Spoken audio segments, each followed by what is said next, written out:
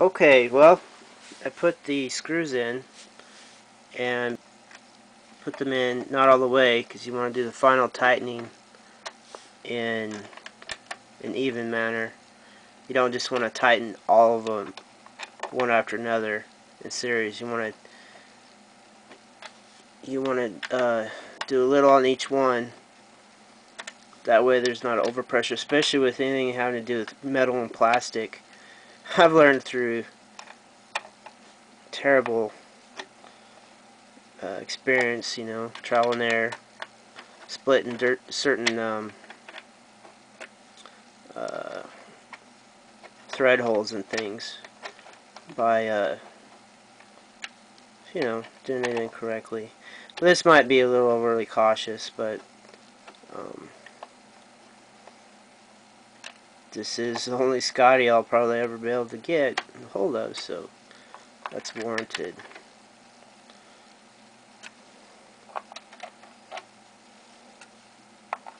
Oh, by the way, I'm using the same camera I had in Iraq. You can see some of my Iraq videos that I took with this thing. It's a real trooper. Got some of that Iraq moon dust in it. It still functions pretty well. Once in a while there's a little glitch here and there, but as that dust leaves, it's a little glitches. So I'm just hand tightening these.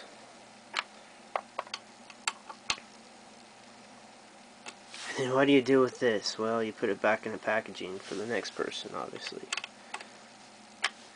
I'm contemplating whether I want to sell this Scoty unit. I'm sure there's a robot collector out there that's just chopping at the bit right now. But I'm open for options. Give me a private message or something like that. Telling me how much you'd want to pay for Scoty, and I'm trying to get through school and stuff and get my life well on its way. So you just make an offer, especially if you have a bunch of money you don't know what to do with, and you're one of those addled types where love collecting rare and cool things, which I happen to be myself. Go ahead and message me somehow with the offer, and I'm trying to get things situated in my life so make it as generous as possible, and we might have a deal. Let's see.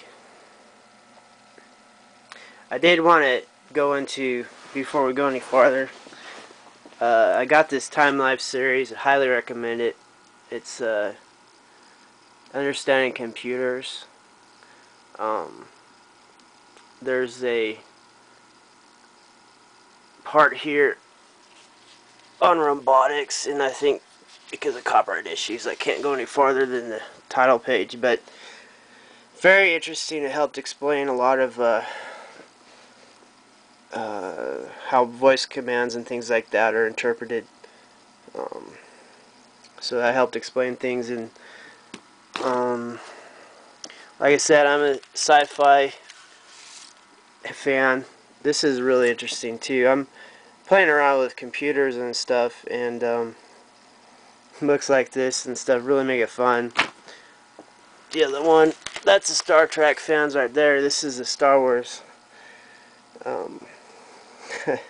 offer on that. So as you can tell, I'm sort of a geek nerd type, but I do try to balance that out with a little hardcore military exposure. As you can see, those are some of my military projects over there, but I have a lot of things, and I got the World War II encyclopedia there, and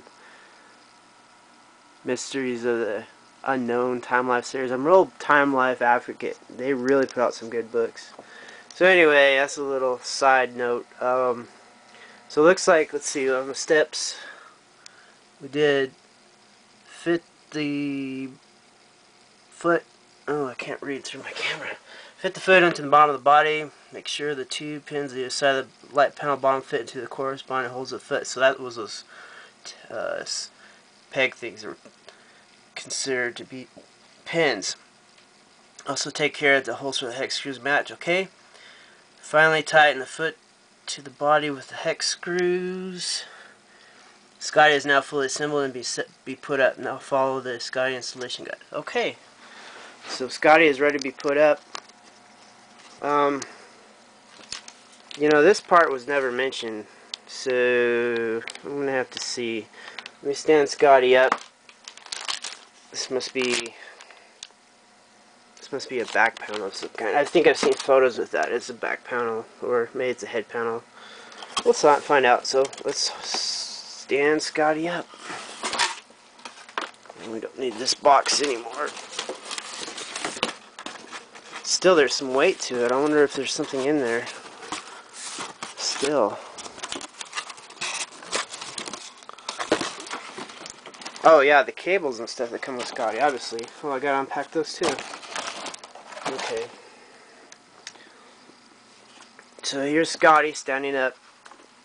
I guess Scoty's a she, because the female voice is supposed to emanate. So I'm a little bit stunned and stuff myself, looking at Scoty for the first time. Here's a backup of Scoty. That's probably the swivel neck ball joint right there.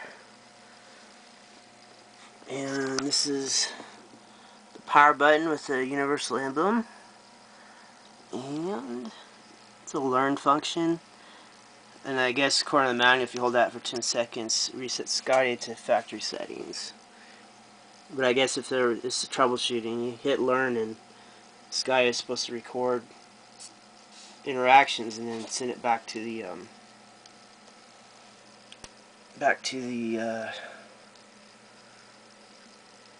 programmers. Well, there you go. There's a unique ID. Maybe this is number 139. Okay.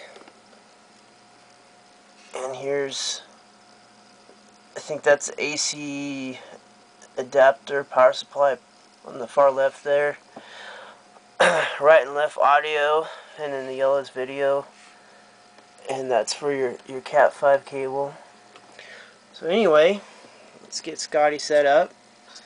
And I think that panel is just supposed to be self-evident. It goes right up on there to, it's a dust shield for your cables. So we set Scoty up and we'll go to the next phase.